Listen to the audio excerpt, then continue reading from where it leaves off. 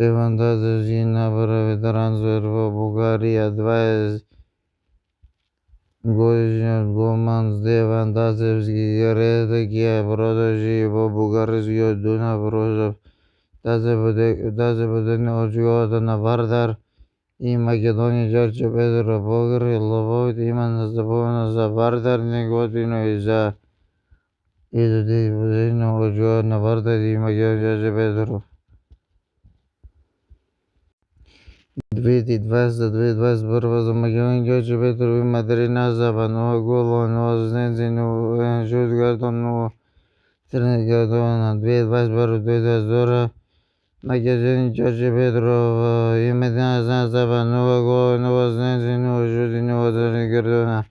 2022-2023 има 2 настъпа, има 0 голови, 0 асистенции, 0 шути, 0 черни картона.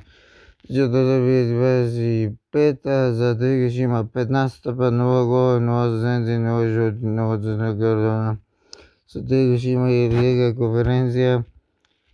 2024-2025 6 забега, 0 могата на 2 настъпа, 0 голови, 0 асистенции, 0 шути, 0 черни картона. Има викнено за репрезентация.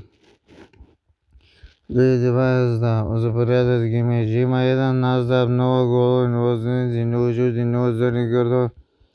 22 Европско първенство 3 настъпа, 0 голови, 0 асистенции, 0 шути, 0 черни картона.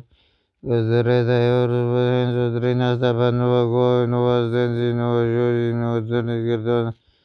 2023 за приятелски меч 1 настъп, 0 голови, 0 асистенции, 0 шути, 0 черни картона. 2020 за потегне от школата на Вардар, значи безплатно Македония Джордже Петров. От 2023 Македония Джордже Петров по Вардар неготино.